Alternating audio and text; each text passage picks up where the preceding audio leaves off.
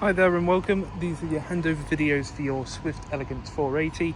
These are some basic walkthrough videos on how to set up and operate the van as if you were coming on or off site. Starting off first, you have your black hitch head just here with black lever. Lever has to be pulled up to allow the jockey wheel to spin down onto the tow ball. It will snap down that handle, push up this red button and expose a green ring. Then just here you have your breakaway cable. Breakaway cable has to be put through an eye point if you have one. If not, wrap it around the tow bar. Handbrake, disengage by pressing down, engage by just pushing up. It will snap itself, so make sure that you don't have your face anywhere near it. Jockey wheel just here. This part is used to level it, and then you have that part there which allows you to wind it up, pull up the jockey wheel whilst you're towing. Then you have 13 pin electric, so if you do have 7 pin, make sure to bring yourself an adapter. You may potentially use Alco ATC if you are using an adapter.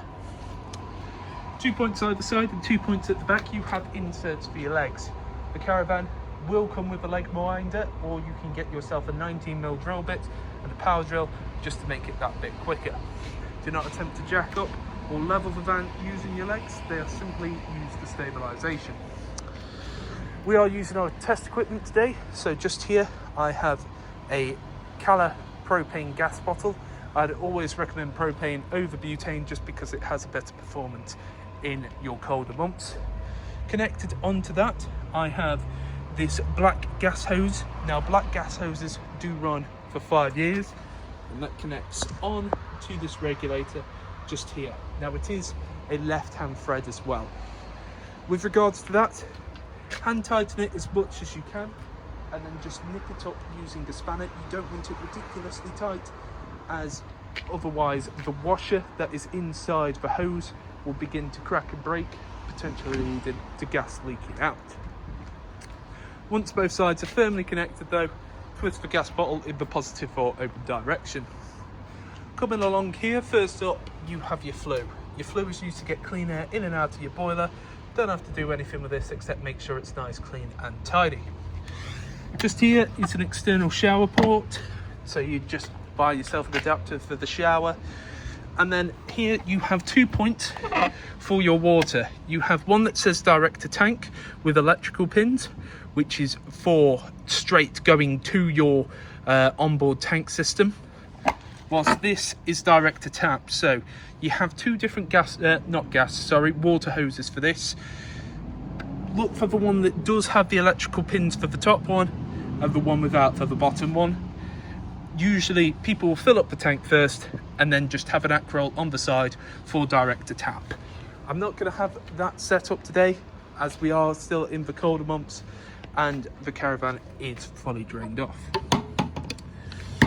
Just next to it we have your battery locker. So there's not a battery situated in this one, however all you need to have one put on is a 12 or 13mm spanner to connect the terminals.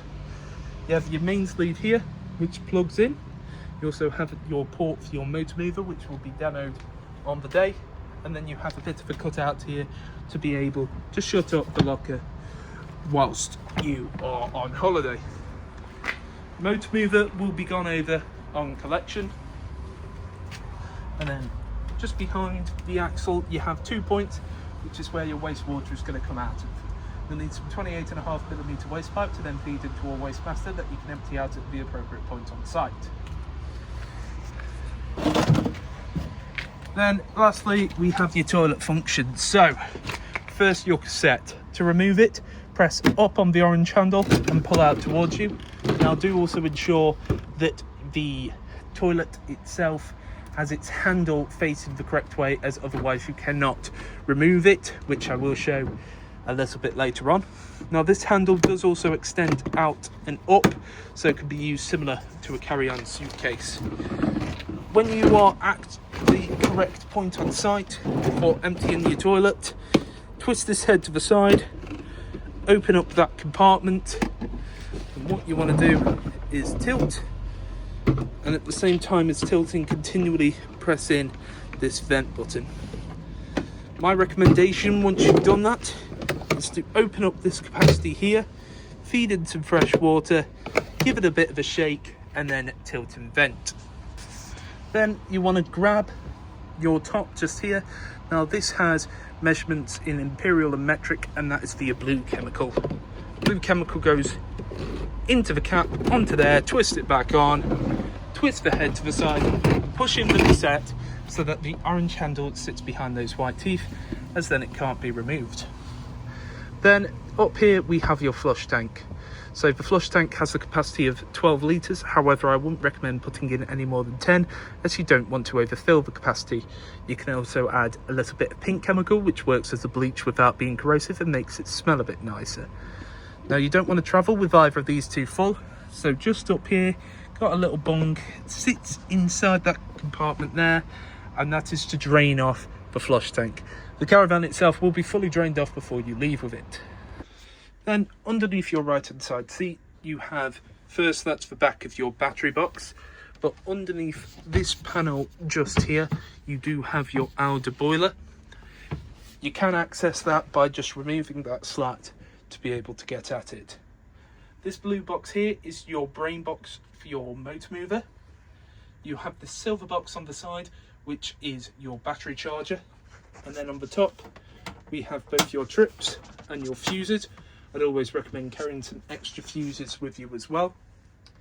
Then you can see heating and hot water button and the charger button both illuminated, meaning that they're both working, and then a reverse polarity button in case you ever go abroad, and a complete system shutdown button. Press that in, nothing inside the van is able to operate. You do also have this panel down here which you can pull out and gives you a bit more information on your fuses, which I do always recommend to carry some extra. Then with regards to the onboard tank system, this is where the water is stored. So if you pull down this panel, it gives you a bit of a diagram to show how it all works. So if you want to use the internal tank supply, you have this white switch and it has to be pushed down, with your yellow tags also pushed down as well. If you want to use the external supply, so roll straight to your tap, you have that in the current position that it is, and both of the yellow switches down. And if you want to completely drain off the system, you have it as it is now. You will pick up the van with it in that position to fully drain it off as well. Anytime that you're on site and you're coming away, always just switch these tags to the correct part for the drain mode and just give it a drain off. As mentioned, the system will be fully drained off before you collect it. These blue pipes that lead to it are what take the water to it. Now make sure as well, especially November to March, you have it fully drained off, as any damage caused by frost is excluded from any person's warranty as it's classified as user error. And just above your main door you have your Swift command panel. This is what you use to be able to operate the van. This is your home button. Press it in, and just here you have your home screen. So you can see at the top internal temperature and external temperature of the van, as well as humidity, time, date, and leisure battery charge. Now if you ever have mains plugged in, that will always be altered, and that's the same for the power button, which I'll show you in a second. First up you have your pump button here. I'm not going to press it as we're not plugged in, but what would happen is a blue border would come around. You come over to your sink, open up your sink on both cold and hot, and let it run for about 30 seconds. What you're looking for is a nice steady continuous stream. If there's any coughs and splutters, do go outside and check that the water pump is in the correct position. It may be a case that it's just pressurized. These are your two water pumps here. So you can see this one here has the electrical pins, so this is for direct to tank, whilst this one doesn't, meaning it's direct to tap. Now with regards to these, all you have to do is push it in to remove it, press the trigger and pull it out. You have this plastic cap to go over the top of the act roll to ensure no nastiness gets in, and then at the bottom you have your strainer. It's crucial that the strainer sits at the bottom of the barrel to allow the maximum potential of water to come through. As you can see, they do have a bit of a tendency to curl up. There's a couple of choices. You can either straighten it out before every use, Or what a lot of people will do is get some PVC piping, some old hose pipe, something like that, and have it connected up. This one isn't as bad, and it does usually stay a bit more straight when you've straightened it out. But yeah, pressing your water pump button and run your taps to allow it to run through the system. Make sure your drain valves are in the correct position though. Next up, awning light, press that in, yellow border goes on. As you can see, awning light goes on just there. Then you have lighting. So there's two different bits for lighting. Well, three technically. You have these smaller parts just here. And then you have first dimmer 2, which I press in. And you can see turns on the lights for the front. And then dimmer 1 turns on the ones for around the back. You do then just have to use your individual switches just here, as you can see, and then there is also one for the bathroom as well. The cool thing about this is what you can do is dim the light. So gradually you'll see that the light there does get a bit dimmer, may not show up the best on the camera, and then it goes up as well. You can see it going up there. You can either individually press or press and hold. Okay. Next up, power. So right now it shows 12.6 coming in. That currently isn't from the leisure battery, as there's not one on board. That is coming from the actual mains lead itself. Then shows the amount coming from the solar and the amount coming from the vehicle. There's always going to be a little bit of residual that shows there. Then it shows the amount of AC current coming in, and then you can also set a limit. Then we have water. Now, as this is an onboard tank, what this water is referring to is that tank. It shows you the percentage of water inside the tank itself, and then it allows you to have level alerts and frost alerts as well. Those will just tell you that you're in need of topping up the water or that it's too cold essentially. But when you come to fill it, all you do is press the button that says fill, and it will fill itself to 100%. Now what it does, it will fill it up to 100%, and then if you use any of the water inside, it will residually put it back in as long as you're plugged in outside with an acroll to the correct tap.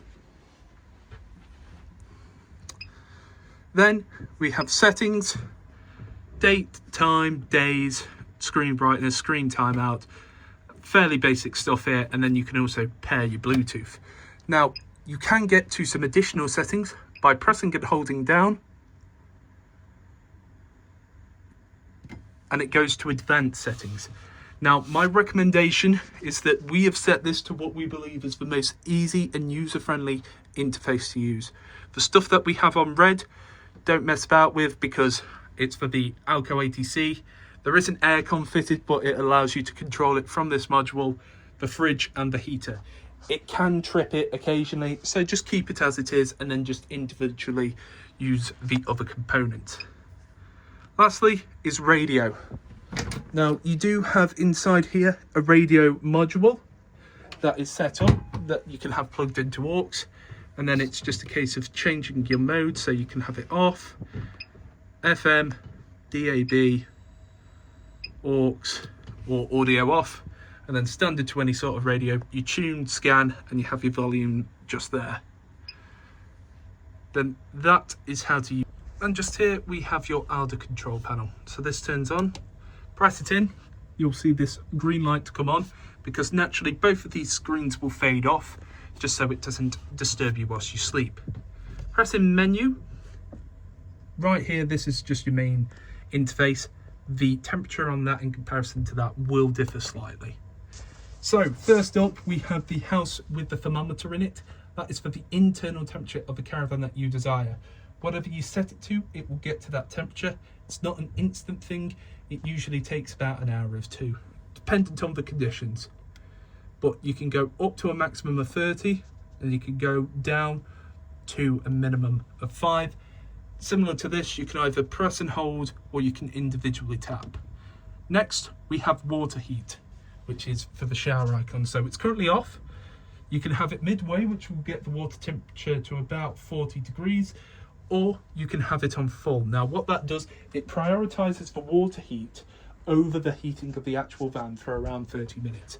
It will get the water temperature to about 70, and then it will drop it down to midway again. So ideally you'd have that on to start, and then you can just keep it midway. Then you have your power sources, so you can either have mains or gas or a mixture of both. So you can either have 1, 2 or 3 kilowatts of mains. Now do be aware that some sites do not have 3 kilowatt capacity, or you can have a mixture, or you can just have gas. Then pressing the cog gets you some more additional settings. I'm not going to go through these. If you'd like to know about them, please have a look inside your book pack. But as mentioned, this screen will naturally fade off. However, that light will stay there. When you want to turn this off, press in and it's completely off. And just here we have your hob, grill and oven. As you can see, it's a 3-burner gas hob with an electric plate. So the electric plate, change it to whatever mark you want and it will get the temperature. Everything else, it's a case of pressing in, twisting to the side and pressing in your ignite button just here. At the top as well, you do also have a couple of other buttons such as lights and a blowback fan. But for this, press in, twist to the side, press your igniter. This is what it looks like when they're all lit. As you can see, all burners nice and lit. Now it may be a case that when you first come to use it, the flame will light and then cut off. That's just the gas making its way through its system, because otherwise it would just have all the gas come through at once and it's a bit of a hazard at that point. Then your grill, as you can see there as well, both sides nice and lit. And finally your oven, as you can see there, oven all nice and lit. Only other real thing to note, you can travel with your gas hose on, but make sure that the bottle itself is off. And before you travel, make sure this glass sheet is down, but don't put it down until all of these burners are cold to the touch. But obviously don't go touching it straight away. And just here we have your fridge operation. So up here you have your control panel. To turn it on, press and hold in on this grey button. It will flash up, it will come on blue, and it will go to its most recent memory, which in this case is mains on full capacity. You have 3 different choices for source. So you either have mains, which we're currently set to, gas, or that battery symbol is representative of the 13-pin electrics whilst you're towing. It will not operate off leisure battery. Now you can switch the source by pressing in this button here. Press it in and it goes to auto. Auto will automatically choose what the fridge thinks is the best source to use. But when I press it again, it's going to go over to this battery symbol, and you'll see it begins to flash up and beep. That shows that there's a hazard. So switch over. Now for gas, I wouldn't put on gas until you've checked through your cooker. You'll gradually hear it ticking and then it will stop ticking, meaning it's lit. However, let's not waste the gas. Go over to mains, then the amount of power in the fridge. So 1, 2, 3, 4 or 5. 5 being the most powerful, so it's going to chill it the quickest. However, it does take the most power. Even on full capacity, it does take around 4 hours for it to fully chill. To turn this off, press and hold in, no more lights, and it's off. Some people will chill the fridge the night before, just so it's a bit easier. And then lastly, we have your toilet operation, which you might say is bog simple. Open up that part there, press in this button on the top, and you'll hear that motor whir. That motor is what will push around any water inside the system.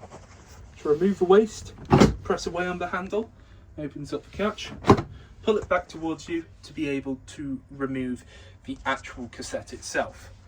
Once the cassette is full, there'll be a red light underneath there telling you to go empty.